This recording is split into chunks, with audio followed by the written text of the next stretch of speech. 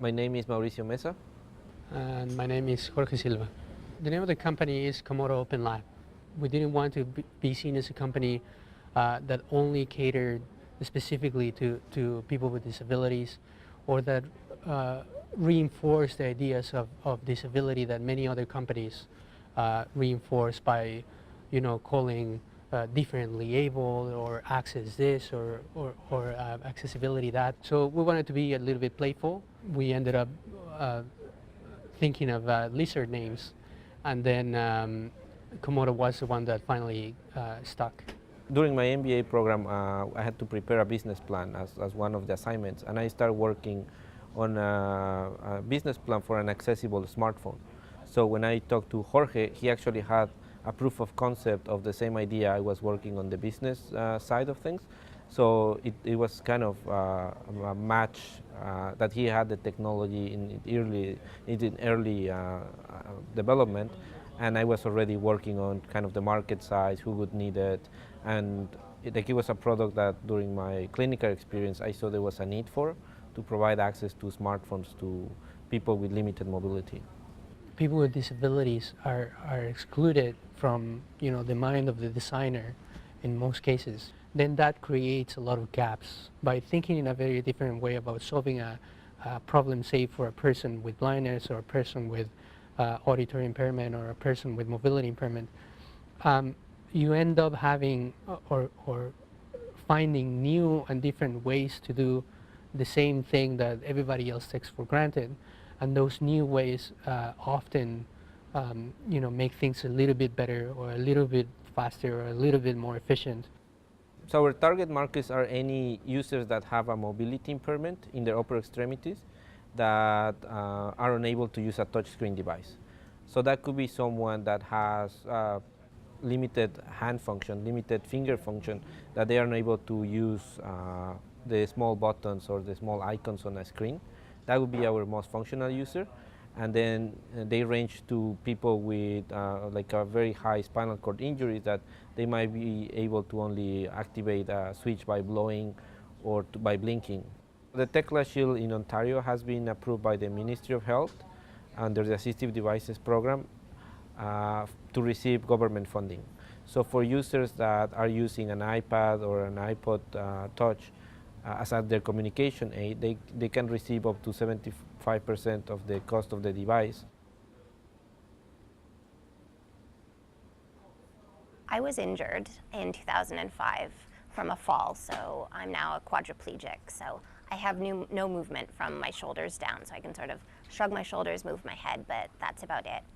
I did my rehab at Lyndhurst in Toronto. What had the biggest impact on me was going to the Assistive Technology Center, and that's where I first met Maurizio. He was the Assistive Technology consultant, and there they taught me how to use a computer again, and sort of that was my lasting impact of being in rehab, because sort of through that I had a voice again. When Jorge and Maurizio first started Komodo, I was lucky enough to be one of the beta testers. I felt it was very groundbreaking.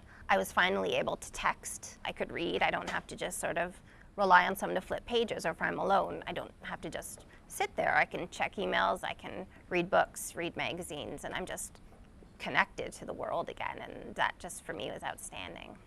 With home automation, it allows me, using the controls of my wheelchair, to access lights, fans in my home, heaters, because I'm always cold, a lot of sort of environmental controls around me, and also sort of activating my television, turning it on, volume, channel changing. Everyone's always like flabbergasted. They're like, you just turn off your dining room light? Because I didn't used to be able to do that. I'm like, yeah, just when you're done, just leave. I got all the lights. I can even turn on my like little fireplace and make mood lighting. So I'm like, all right, everyone. And so it's pretty awesome. So the Tecla Shield, it's wirelessly connected to Caroline's Android phone, and then it's the actual hardware is mounted on the back of the chair. So I can spin around and show you the hardware. So this is the Tecla Shield that here it's mounted on the back of the chair with a battery pack and a mounting kit. So it's connected wirelessly to the phone, so there doesn't need to be a cable or anything attaching the two of them. And it's connected directly to the wheelchair electronics, the environmental control unit that allows Caroline to control external devices with her driving controls. That in this case is this headset that has proximity switches, and she controls as going closer to left, right, or back. Because of my level of spinal cord injury, I rely on driving my chair with my head and my shoulder. So the shoulder sort of switches from, say, forward, reverse, left and right. So to go forward, I would switch to drive, and I would drive forward. Switch it again to reverse, I would drive back. Now it's these same controls that will activate the smartphone. So I would switch to the ECU box, which is what wakes up the shield and sort of makes it ready to work. And as I touch back, my smartphone lights up. And by switching left and right, it scrolls, and I'm able to navigate the smartphone with the same controls as my wheelchair.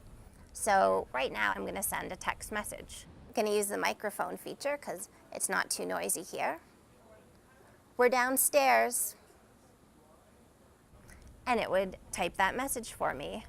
I could also use the on-screen keyboard to maybe let them know we're downstairs soon, but by using, instead of voice, I'm typing now with the keyboard.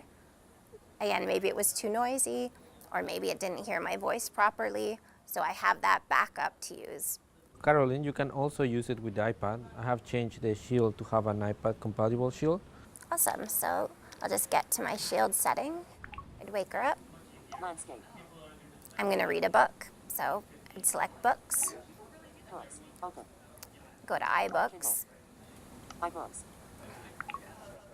iBooks. my book selected, and then when I'm ready to turn the page, Page 18. turn to the next page. Journal.